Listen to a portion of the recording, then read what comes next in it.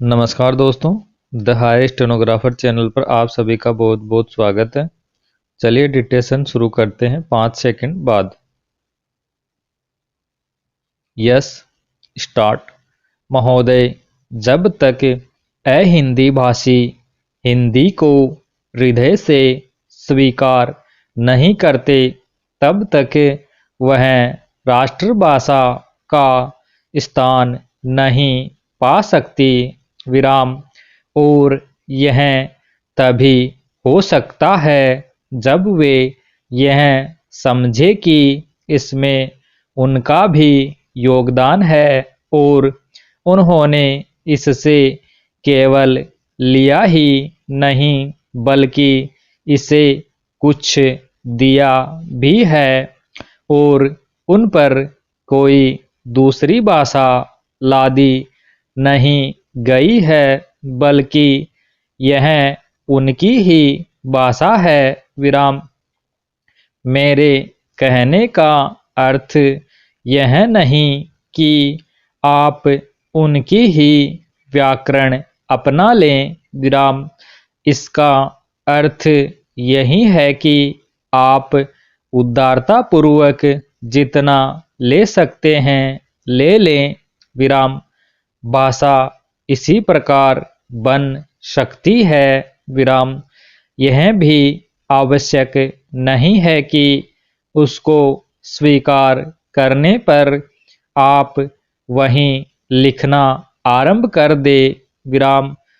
परंतु जो वे लिखें उसको आप गलत न समझें। विराम। आज किसी भी भाषा का रूप वही नहीं है जो उसके प्रारंभिक काल में था। विराम।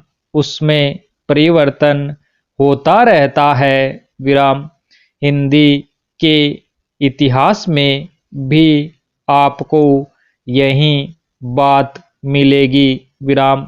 मैं हिंदी का कोई विद्वान नहीं हूँ पर मैं अपने अनुभव से कह सकता हूँ कि उसमें भी पिछले 500-600 वर्षों में बहुत अंतर पड़ा है तथा पहले की और आज की हिंदी में काफ़ी अंतर है। विराम।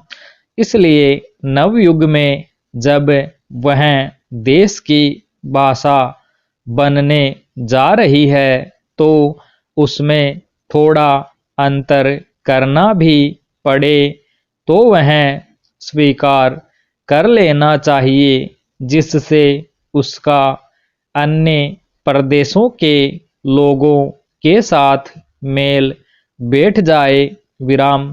कई अहिंदी भाषी लोगों ने भी हिंदी की काफ़ी सेवा की है।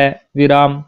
आपके राज्यपाल महोदय अहिंदी भाषी हैं और इन्होंने अपनी भाषा की बड़ी सेवा की है। विराम। यह भी हिंदी के पक्ष में थे और इन्होंने बड़ा योग दिया जिसके कारण हम संविधान सभा में सफल हो सकें। विराम। इनका भी यही विचार है जो मेरा है। विराम। मैं चाहता हूँ कि इनको भी हिंदी की सेवा करने का अवसर दिया जाना चाहिए। विराम। उसका फल हिंदी के लिए और देश के लिए अच्छा ही होगा। विराम। पेरा। मानपत्र में आपने संस्कृत के संबंध में कहा है। विराम।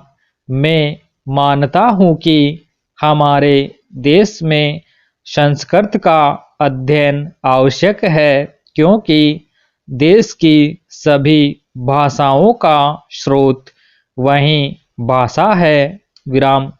संस्कृत से हमारा संबंध अटूट है। विराम।